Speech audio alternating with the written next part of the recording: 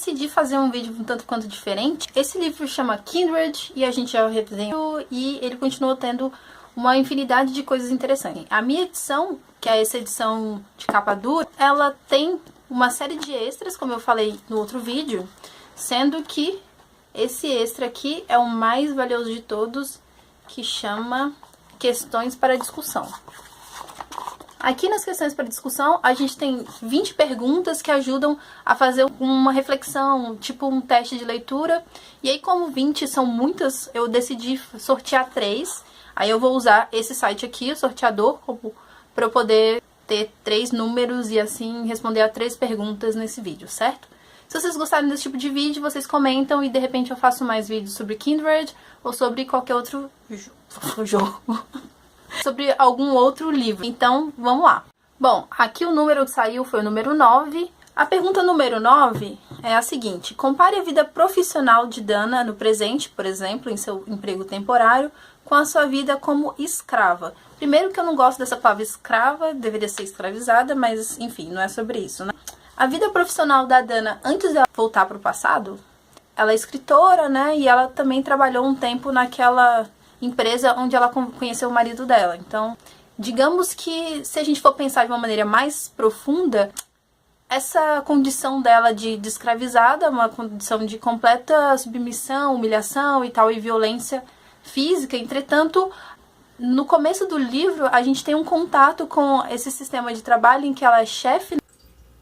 Dana não era o tipo de chefe que ganha mais, era encarregada de verificar o trabalho dos companheiros. Curiosamente, ela nos confidencia: eu estava trabalhando para uma trabalho informal. Nós, os contratados, chamávamos de mercado escravagista. Na verdade, era o contrário da escravidão. Butler, 2017, página 85. Enfim, a gente claramente consegue estabelecer uma relação de continuidade, né, entre os empregos, porque assim, ela trabalha num primeiro momento como uma situação de submissão, não conseguir mesmo ter a grana que ela precisava, tanto que ela estava numa situação de fome quando ela começou a se relacionar com o marido dela. Então, digamos que existe sim uma diferença histórica muito evidente, mas ao mesmo tempo a exploração ela vai se tornando mais refinada com o passar do tempo. O novo número é o número 13.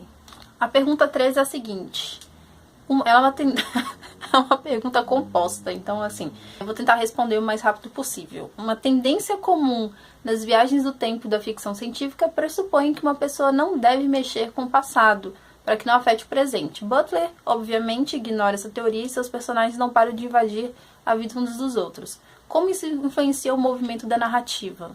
Como isso entrelaça a ideia de causa e efeito? É muito doido que, assim, por mais que ela fique pensando o tempo inteiro sobre a causa e efeito, digamos que o movimento da narrativa, ele é bastante influenciado pelo medo que ela tem de que se ela matar alguém ou se ela fizer qualquer tipo de mudança nessa narrativa da família, né, principalmente o paradoxo de querer matar o avô e de repente ela poderia não existir, né. Isso amarra bastante a narrativa porque ela fica sofrendo muito por conta dessa vontade de fazer e que ela não pode, né.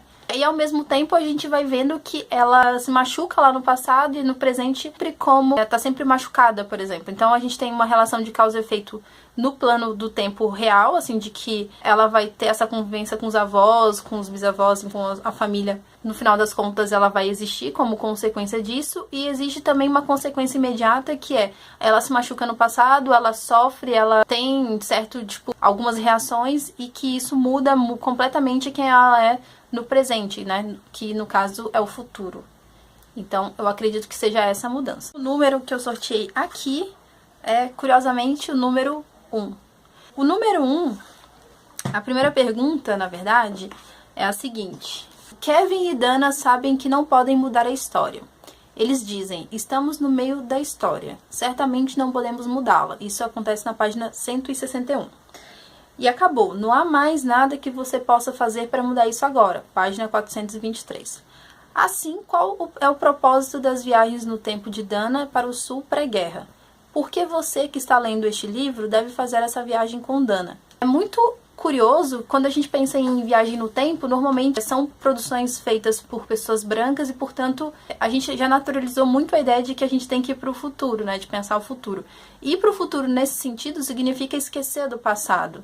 E seria muito confortável se você tivesse um passado vergonhoso, esquecer dele e procurar novas formas de construir, né? Só que aí, se a gente pensar naquilo que eu tinha falado sobre as memórias das plantations, ou seja, sobre a situação das pessoas negras no passado, escravocrata, escravizadas e tal, como que isso se atualizou para a nossa realidade de hoje, que é uma realidade que não é mais da Chibata, não é mais da Casa Grande da Senzala, mas existem atualizações dessas relações e dessa simbologia. Então, eu diria que o propósito das viagens no tempo da Dana para o sul pré-guerra é o seguinte: a gente precisa atualmente ainda pensar em formas de compreender o passado para poder conseguir vislumbrar um futuro em que a gente consiga se emancipar. Então, eu acredito que esse livro ele funcione bastante como um dispositivo para que a gente pense sobre como a gente reage às atualizações do racismo que a gente vive cotidianamente. Em alguns momentos, eu acredito que pessoas negras possam ter sentido um pouco de raiva da Dana,